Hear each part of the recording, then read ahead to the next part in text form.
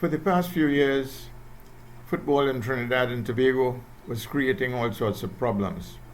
But the one that was probably serious enough was the coaching program for the national team leading up to the last World Cup. It was a task that was difficult to understand.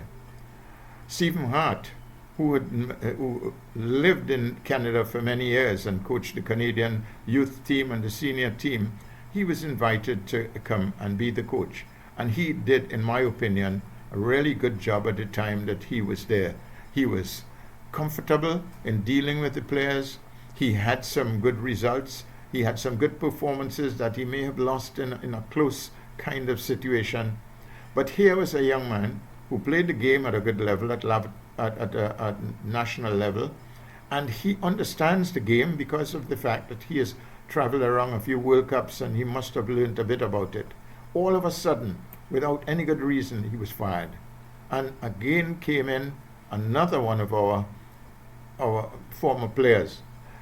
But I'm not concerned with that. I'm concerned with how can we now feel when this gentleman goes back to Canada, and becomes the Canadian Coach of the Year, Trinidad and Tobago. Aren't you a little bit ashamed? Aren't you a little bit disappointed that we have shown that we do not understand the value of football and the professionalism that some of the footballers and coaches in the world understand?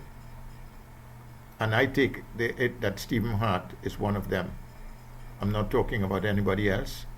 I'm talking about his performance. His professional approach to everything was satisfactory to a lot of people. He had the crowds coming in.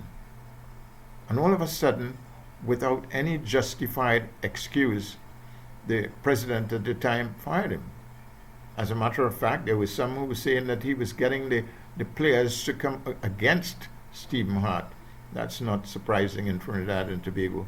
But congratulations, Stephen. I really feel good about you, simply because of the fact that I've had the opportunity for a long time.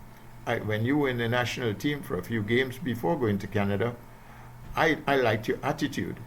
And sometimes you didn't make the team all the time, but you always were very influential when you got onto the field. I'm sure you're going to lend that information to your club in Canada. I hope for some reason, somewhere along the line, that Trinidad and Tobago will rethink and probably bring you back to see if you can carry on the job. Well done, my friend. Keep it up.